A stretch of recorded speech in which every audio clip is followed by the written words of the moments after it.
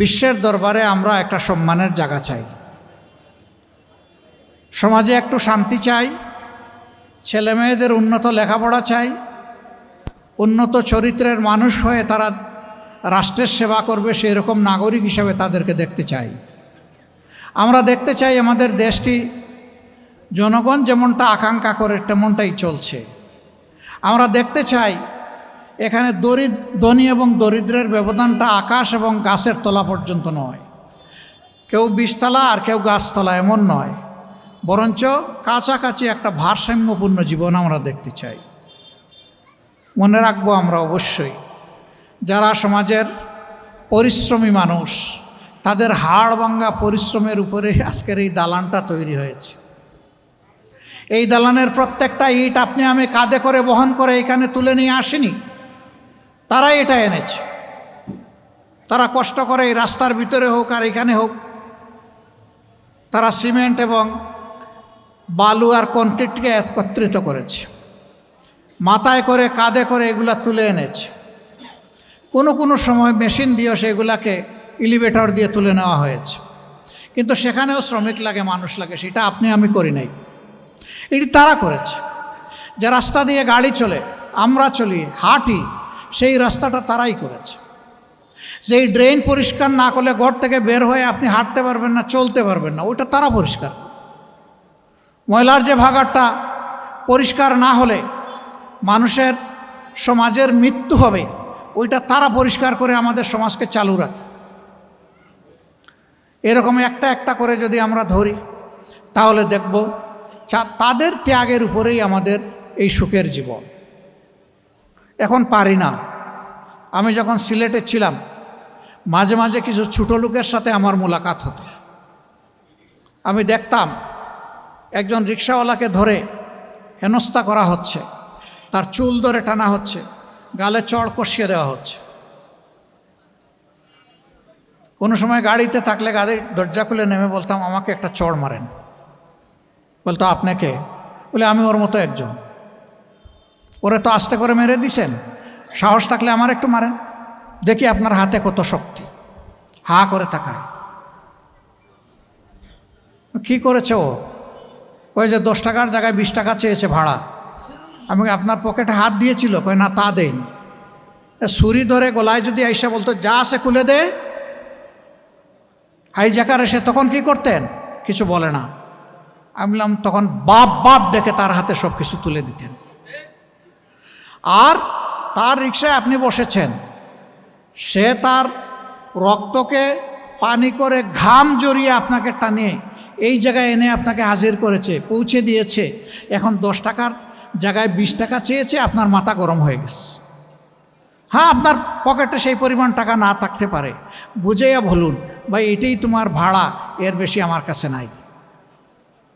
আপনি ওর গায়ে হাত দিতে গেলেন কেন? আপনার হাতে খুব শক্তি, তো মারেন দেখি, এখন আমাকে মারেন।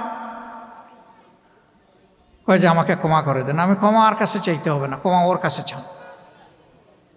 চড় আপনি আমাকে মারেন নাই, আপনি যারে চড় মেরেছেন তার কাছে আপনাকে ক্ষমা চাইতে হবে।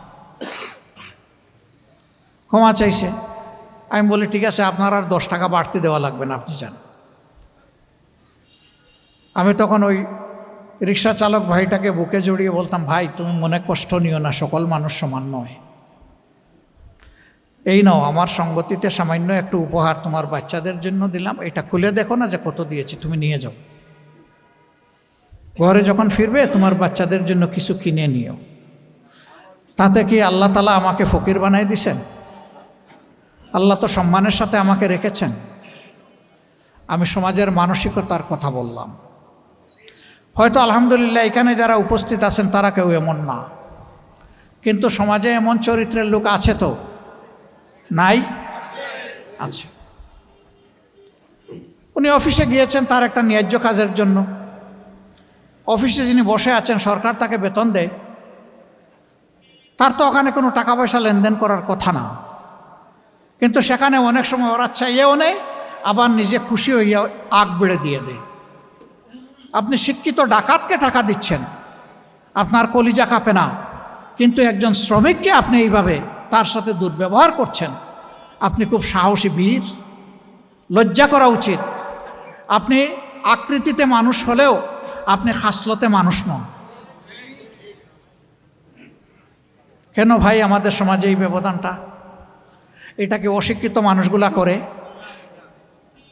শিক্ষিত মানুষেরা করে। হ্যাঁ, শিক্ষা তাদের অর্জন হয়েছে, কিন্তু তারা সুশিক্ষিত নয়। তারা সুশিক্ষা অর্জন করেননি। তারা যে শিক্ষাটা অর্জন করেছেন এটা কুশিক্ষা। এই কুশিক্ষাকে আজকে সমাজকে একদম জর্জরিত করে ফেলেছে। পায়ের পাতা থেকে মাথা পর্যন্ত সমাজের সর্বাঙ্গে এখন দুর্নীতি। আপনি যেখানে যাবেন দুর্নীতির কবলে পড়বেন। এমনকি একজন ভিক্ষুক সেও দুর্নীতির কবলে পড়ে। আপনারা বলবেন ওই ভাই বা বোনটি কেমনে দুর্নীতির কবলে পড়ে? হ্যাঁ, পড়ে তো। বিভিন্ন জায়গায় ভিক্ষা করতে হলে এর চেয়ে আরো বড় ভিক্ষুককে তার চাঁদা দিতে হয়। এই রাস্তায় তুমি ভিক্ষা করবা, তোমার ভিক্ষা শুরু হওয়ার আগে, আগের দিনের জমা থেকে আগে চাঁদা দিতে হবে। সে যদি বলে যাওয়ার সময় দিব, বলবে এখানে তোমার জায়গা নাই, যাও, চলে যাও। আমি শুনি, একদিন পরীক্ষা করার জন্য রাজপথে বনানীর রাস্তায় নামলাম। 3-4 জন ভিক্ষুক লাইন ধরে বসা। সালাম দিলাম, জবাব তারা দিল না। আসলে এইভাবে জবাব দেওয়ার কথা না, সমাজে এর প্রচলন নেই। আমি কোনো কিছু মনে করিনি। এরপরে দরদ দিয়ে জিজ্ঞেস করলাম যে ভাই কতদিন ধরে এখানে ভিক্ষা করে? একজনকে বললো স্যার 7-8 বছর হয়ে গেছে।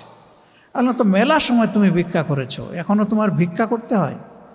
করা লাগে। তাই আমি বললাম যে কেমন মানুষের কাছ থেকে সহযোগিতা পাও? খারাপ না, সারাদিনে 2000-2500 এইরকম হয়ে যায়। মাশাল্লাহ, তাইলে তো কম না। স্যার থাকে না। থাকে না কেন? যে প্রথমেই 400 টাকা দিয়ে এখানে বসতে হয়। আমি জিজ্ঞেস করলাম কারে দিতে হয়? আপনি বুঝে নেন। মানে সে আমার দিকে ইশারা করলো আর যে আপনি বুঝে নেন। তাই আমি বললাম এটা কি প্রতিদিন? স্যার শুরু করার আগে দিতে হয়, নইলে এখানে বসতে দেয় না। এখন বলে তো বড় ভিক্ষুক কে? ওই রাস্তায় যে বসে আছে, নাকি ডাকাতি করে যে চাঁদা নেয় সে? রাজার হস্ত করে সমস্ত কাঙ্গালের দন ছুরি। সেই কথার যেন বাস্তব প্রতিধ্বনি যারা এরকম করে। এখন যারা ভিক্ষুকের হাত থেকেও টাকা নিতে লজ্জা হয় না, তারা কত বেপরোয়া বেশরমা চিন্তা করেন এবার। সেই চাঁদাবাজ, দখলদার, দুর্নীতিবাজ, মামলাবাজ, এই লোকগুলার কারণে আমাদের সমাজে নিরীহ মানুষের শান্তি নাই, একেবারেই নাই। জীবনের নিরাপত্তা নাই, ইজ্জতের নিরাপত্তা নাই, তার সম্পদের নিরাপত্তা নাই। এইভাবেই দেশ চলতে থাকবে। এর নাম স্বাধীন দেশ। আজকে বিজয়ের মাস না? ডিসেম্বর মাস আমাদের গর্বের বিজয়ের মাস। তো কি এই মাস পর্যন্ত এসে আমরা কি দেখছি? 54 বছরে আমরা দেখছি এইরকম একটা চিত্র, যেখানে আবাল বৃদ্ধ বনিতা কারো জীবনে কোনো নিরাপত্তা, সম্মান এবং শান্তি নেই।